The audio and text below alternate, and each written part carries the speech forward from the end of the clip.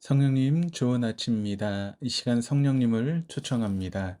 오늘도 내 안에 오셔서 하나님을 기쁘시게 해드릴 것을 소원하게 해주세요. 오늘 말씀을 통해 구체적으로 무엇을 해야 될지를 깨닫게 해주세요. 깨달은 것을 삶 속에서 실천할 수 있도록 도와주세요. 아멘. 오늘 우리가 함께 보실 하나님 말씀은 마태복음 16장 13절에서 28절까지 말씀입니다. 오늘 본문에 예수님 계신 곳은 가이사라 빌립보 지역입니다. 이 지역은 헬몬산 기슭에 위치한 조용한 마을입니다. 이 마을은 원래 조그마한 마을이었지만 분봉왕 헤롯 빌립에 의해서 확장되었습니다. 이후 로마 황제 디베로 가이사를 기념하는 의미에서 이곳을 가이사라라고 하였고, 거기에 헤롯 빌립이 자신의 이름까지 넣어서 가이사라 빌립보라고 불리게 된 지역에서 지금 예수님께서 제자들과 함께 계십니다. 가이사라의 빌립보의 주민 대부분은 이방인들이었고 우상 숭배자들이었습니다. 이방인과 우상 숭배자들이 많던 지역에서 예수님께서는 제자들에게 그들의 신앙을 고백하도록 하신 것입니다.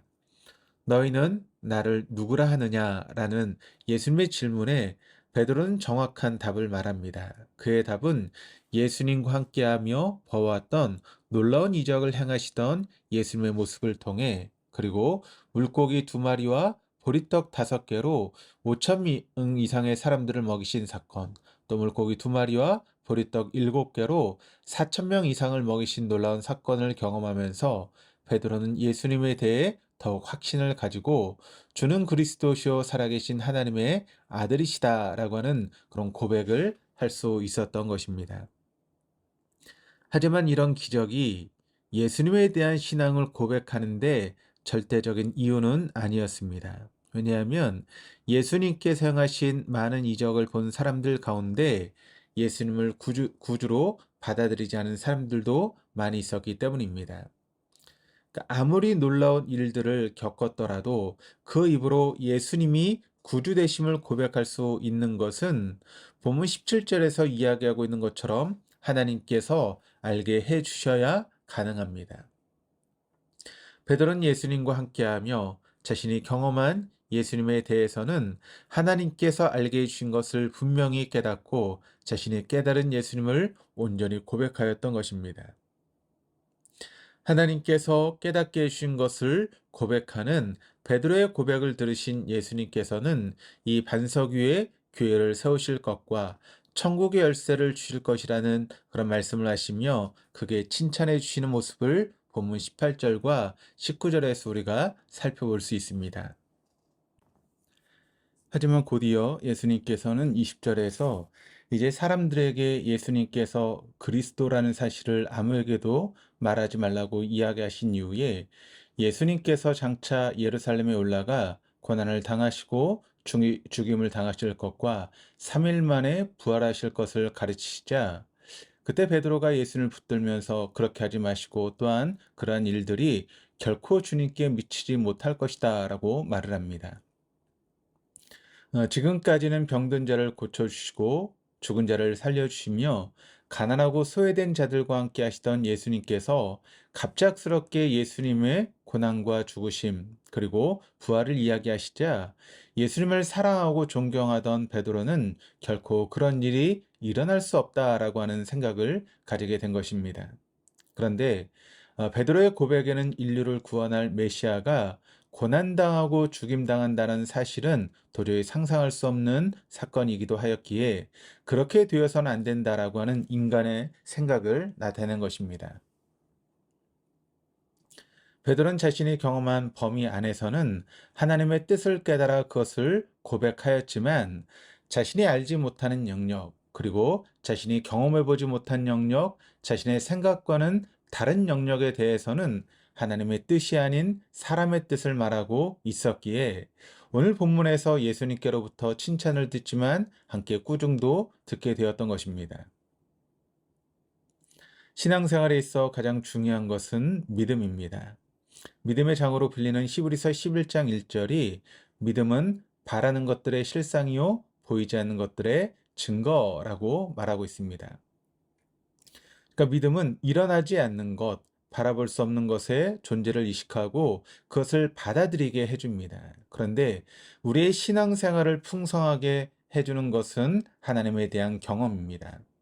하나님은 사랑과 은혜를 경험하고 성경을 통해 하신 말씀이 실제로 이루어지는 것을 목격하면서 우리는 더욱 열심 있는 주님의 자녀들이 되는 것입니다.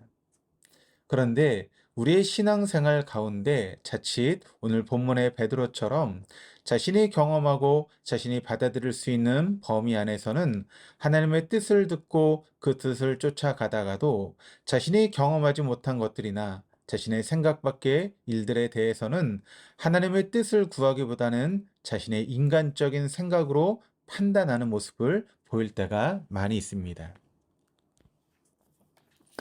우리가 이 세상을 그리스도인으로 살아가는 것은 날마다 매 순간마다 우리의 모습 가운데 예수 그리스도의 형상이 나타나도록 힘쓰고 분투하며 살아감을 말하는 것입니다. 매일매일의 성화의 삶을 통해 우리가 주님 앞에 서는 날 영화로운 모습으로 나아갈 수 있어야 하는 것입니다. 그렇기 때문에 어떤 순간에도 어떤 상황에도 늘 하나님의 말씀에 귀를 기울이길 힘쓰고 들은 하나님 말씀에 따라 순종하며 삶을 살아가야 하는 것입니다. 예수님께서는 제자들에게 너희는 나를 누구라 하느냐라는 질문을 하신 곳은 이방인들이 거주하며 우상을 숭배하던 자들이 많았던 가이사라 빌립보 지역이었습니다. 사람들 가운데에는 예수님께서 행하신 기적들과 예수님의 말씀을 들으며 자신들이 생각하고 바라본 예수님에 대해 세례 요한 엘리야나 예레미야나 선지자 중에 하나가 아닌가라는 부분적인 답변을 말하였지만 하나님의 뜻을 쫓는 베드로는 주는 그리스도시요 살아계신 하나님의 아들입니다라고 하는 정확한 고백을 할 수 있었던 것입니다. 많은 우상들이 난무한 오늘 우리의 사회, 또 각자의 생각이 옳다고 주장하며 살아가는 많은 사람들 속에서 예수님께서 하신 너희들은 과연 나를 누구라 하느냐라고 하는 질문에 대해 어떠한 답을 할 수 있을까요? 예수 그리스도에 대한 정확한 이해는 하나님의 말씀을 통해서 가능합니다. 그리고 성령께서 우리가 예수 그리스도에 대해 분명하게 깨달을 수 있도록 도와주십니다. 우리의 귀를 유혹하는 것들이 참으로 많은 시대에 예수님에 대한 성령의 음성을 듣기 위해 우리는 힘써야 할 것입니다. 우리가 구세주로 고백하는 예수님은 단지 위대한 능력을 나타내시고 사람들에게 놀라운 기적만을 행하시는 분이 아니요. 이 세상에 오신 궁극적인 목적인 죄로 인해 죽을 수밖에 없었던 우리 인간들의 죄를 깨끗하게 용서해 주시기 위해 예수님의 귀한 인생을 아낌없이 내어주시고 자기 부인의 삶 가운데 철저히 하나님의 뜻에 복종하시며 사셨습니다. 이런 모범을 보여주신 예수님께서 우리들에게 24절과 25절에서 예수께서 제자들에게 이르시되 누구든지 나를 따라오려거든 자기를 부인하고 자기 십자가를 지고 나를 따를 것이니라. 누구든지 제 목숨을 구원하고자 하면 잃을 것이요 누구든지 나를 위하여 제 목숨을 잃으면 찾으리라 라고 말씀하고 계십니다. 예수 그리스도께서는 모든 것을 하실 수 있으시고 많은 사람들이 기대하는 풍요와 성공을 얼마든지 가져다 주실 수 있는 분이십니다. 그런데 예수님께서는 우리에게 풍요와 물질적인 성공을 가져다 주는 예수님을 기억하고 그런 예수님을 쫓아라고 말씀하시는 것이 아니라 예수를 따르기 위해서는 자기를 부인하고 자기 십자가를 지는 것으로 가능함을 말씀하십니다. 예수 그리스도를 믿는다 말하며 살아가는 것이 결코 쉽지 않은 오늘날 우리가 바라보고 우리가 살아야 될 모습 그리고 우리가 진정 예수 그리스도의 제자요 자녀임을 보여줄 수 있는 것은 바로 우리의 삶 가운데 나를 버리고 오직 예수 그리스도만이 나타나도록 하는 삶을 사는 것입니다. 이렇게 살다가 주님 앞에 선 자를 주님께선 참으로 수고했다 위로해 주시고 참으로 잘했다 칭찬해 주실 것입니다. 기도하시겠습니다. 존귀하신 하나님 아버지, 우리를 구원하시기 위해서 독생자 예수 그리스도를 이 땅에 보내주시어 우리의 죄를 사해 주심에 감사드립니다. 우리의 구원자 되시는 예수 그리스도를 올바로 인식하고 예수님에 대한 온전한 믿음을 갖기 위해 날마다 하나님 말씀에 귀 기울이고 그 말씀을 온전히 순종하며 살아가는 우리들이 될 수 있도록 인도하여 주옵소서.